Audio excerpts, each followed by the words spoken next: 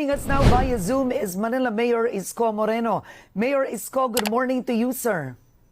Hi Karen, good morning sa iyo at sa iyong mga staff dyan, sa INC at sa lahat ng ating mga tagapanood. Magandang umaga.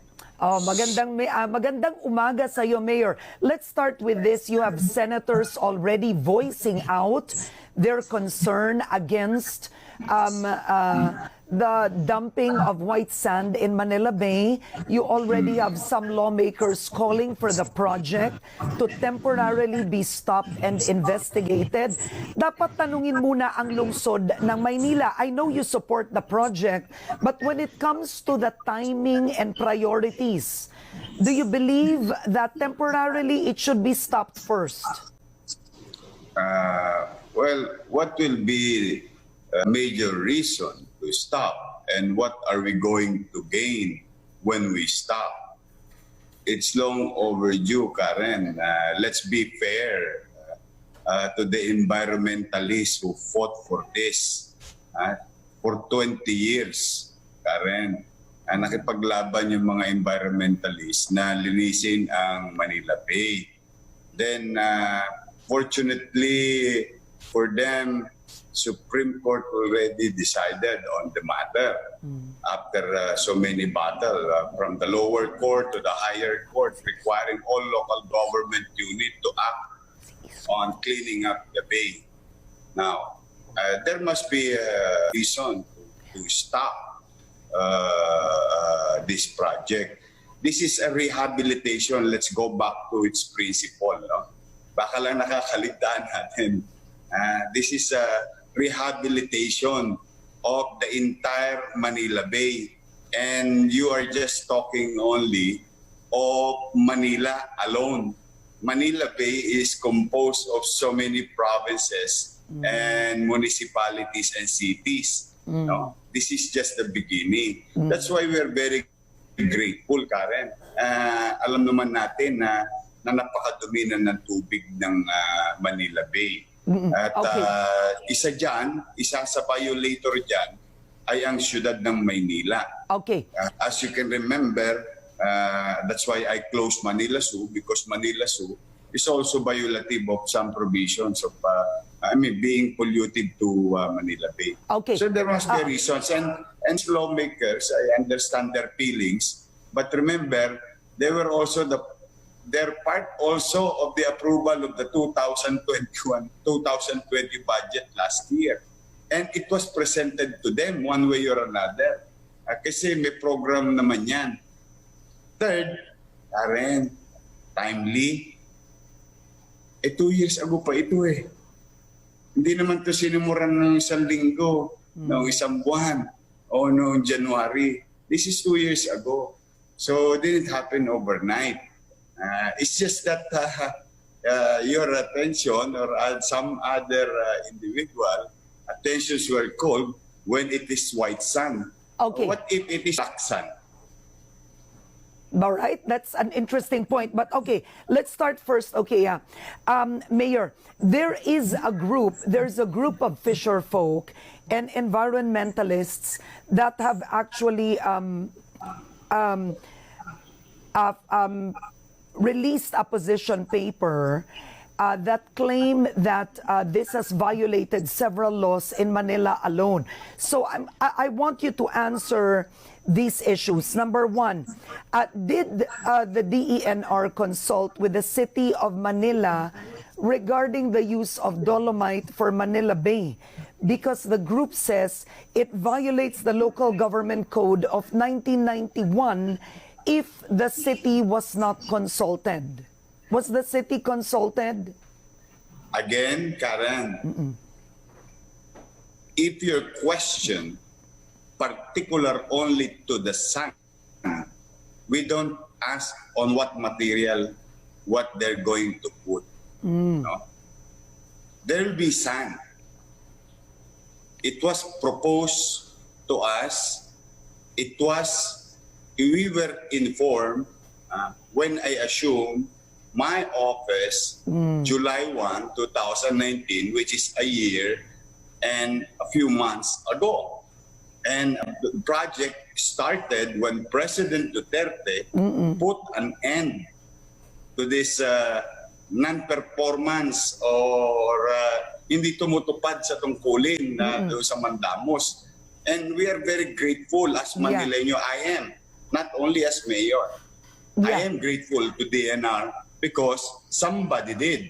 No? Yes. And sinabi sa amin, i-rehabilitate. Yes. And merong STP at lalagyan talaga ng sand. Now, what kind of sand? Hindi namin alam. Now, then here we are, for some reason, about to finish the project. Is getting a good attention, including foreigners. They appreciated the program and the project. Some individual are better than the government. They thought that they're better than the government. Became specialists and experts in protection of environment.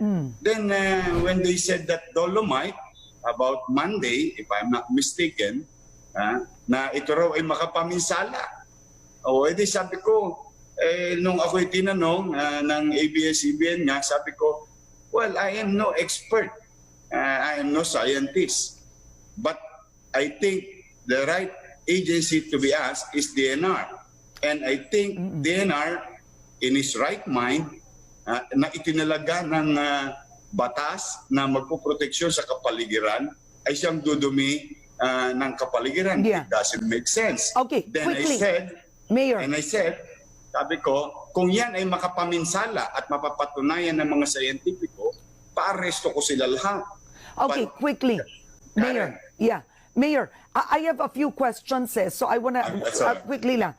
So this, just a clarification, under the law, this does not need the approval of the Sangguniang Bayan ng Maynila. The reason I'm asking this is if it's perceived as shortcuts in the city of Manila, it might be halted by court cases or a temporary restraining order. So this does not need the approval of the Sanggunian.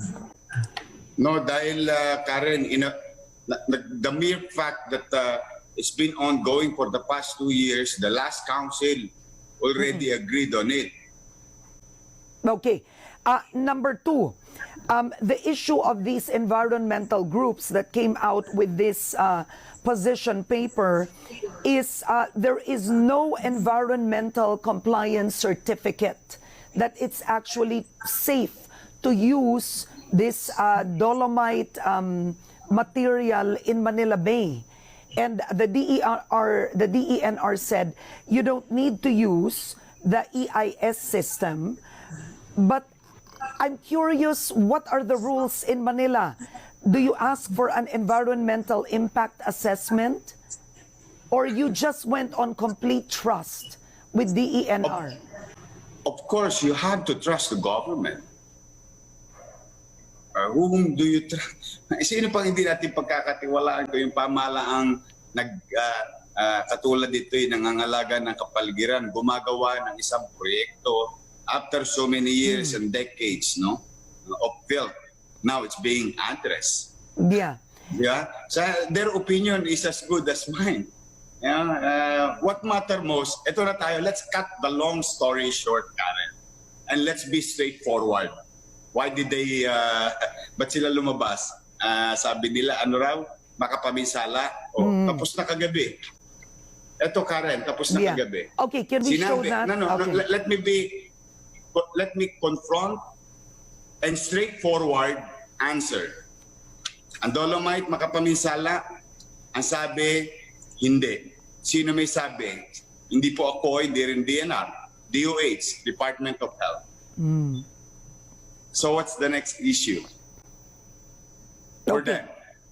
Ayun lang sa akin.